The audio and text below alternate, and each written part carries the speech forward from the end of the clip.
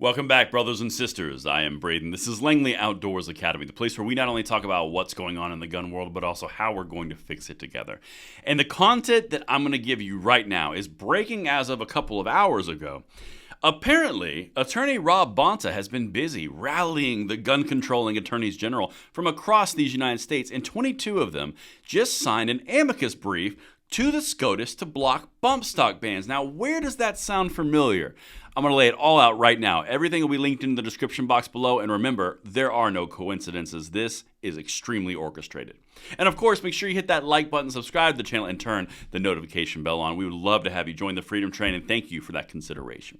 And this content is brought to you by the Vanish giveaway. Check it out, and then I'm going to show you what I've got here. My brothers and sisters, I am excited to bring you what I think is the biggest giveaway that I've ever seen on this channel, and it's brought to you by Vanish Holsters. Now, Vanish Holsters is made for the everyday American concealed carry patriot, not the upper echelons of the gun world. We're talking somebody who wants to have a gun, have it be comfortably stored, and safely stored to protect themselves and those that they love. This is the most comfortable holster that you're ever going to wear. This is a 48-inch belt that fits universally to anybody, and it's completely ambidextrous. It has a no-stink material, and it fits up to a 46-inch waist. This is something that you're going to want to check out. Look at this. They are launching the biggest giveaway I have ever had on this channel. They are giving one of you this incredible Jeep Gladiator and $25,000 worth of gold thanks to Vanish.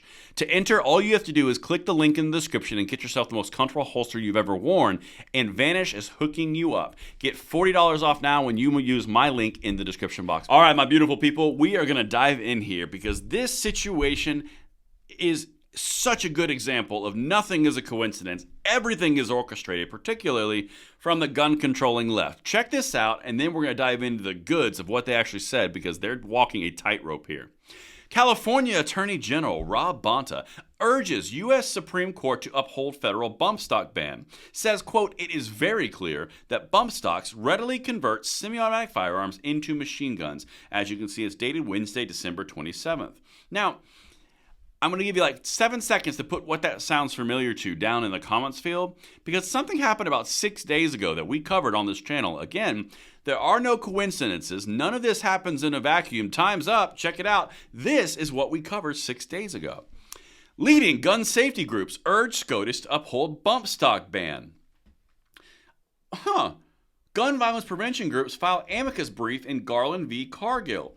But that's weird because Rob Bonta and 22 other states just did the same thing 6 days later in separate amicus briefs. I'm sure that is not coordinated. I'm sure there's nothing to see there except everything to see there. Now, this is one, I want to show you what they're doing, show you what states it is. Then I'm going to show you where they're going with this. And this is why they're orchestrating this, okay? Because the why is important. As you can see, the amicus brief is on the screen. The states are at the bottom, so you can check if your state's on there.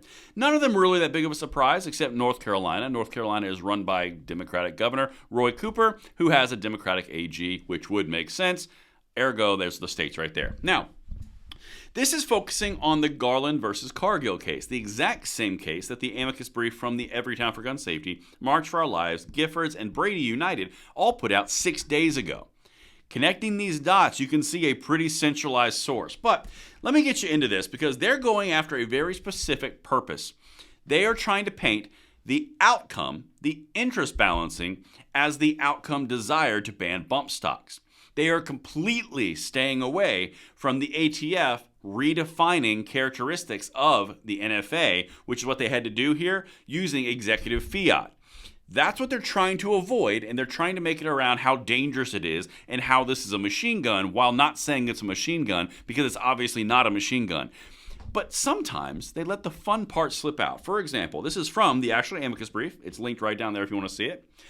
That rule, talking about the rule for the bump stock bans, accords with the common sense understanding that bump stock equipped rifles are machine guns in every relevant sense. It also ensures that long-standing legislative policy choices to prohibit automatic weapons are not undermined by transparent technological workarounds. Technological workarounds. Does that sound familiar to you guys? Because in the letter, the amicus brief from the Everytown for Gun Safety, from the 4 leading gun advocacy groups, the lawyer filing that said technical contrivances, which means technically it's not a machine gun, but because of a workaround, it's a machine gun. They're all in lockstep together. Again, transparent technological workarounds. That's on here from the attorneys general from 22 states. Over here for the Brady United, technical contrivances. They are dancing around the fact that it's not a machine gun. It's a machine gun-like item, so therefore it has to be banned just like a machine gun, even though it's not a machine gun.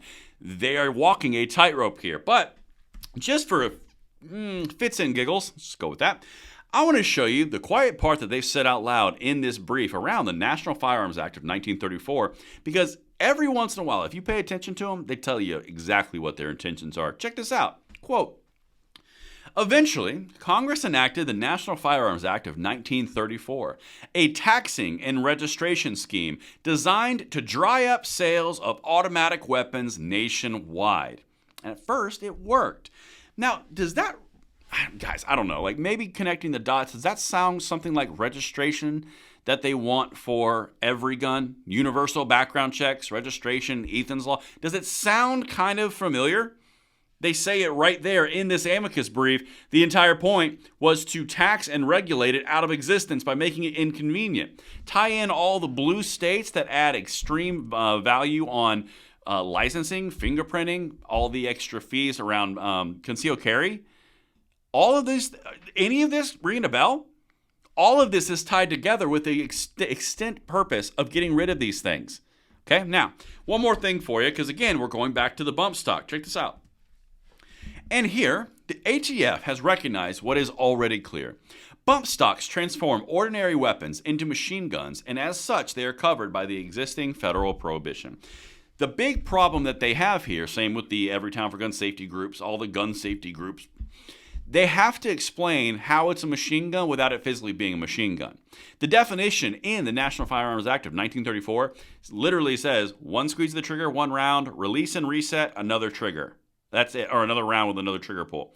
That's the entire point. The bump stock does the exact same thing. There is an actual reset going on. This is not about the bump stocks. This is about the executive overreach of the ATF by redefining terms. This falls the ghost gun receiver, or the frames and receiver or ghost gun, the pistol brace ruling. All of these things will also fall because it's all hinging on the exact same thing that just so happens to be taken up this year coming up with the Chevron deference that was taken up by the Supreme Court around some, I can't remember if it was herring or smelt. I don't remember, but I think it was herring, fishing. This is a big thing, and it's all tied together. And that's what I've got for you guys. So what do you think? Coincidence? Completely orchestrated? All behind the wizard behind the machine? You guys let me know in the comments field, and I will see you on the next one. I'm Braden. See you later.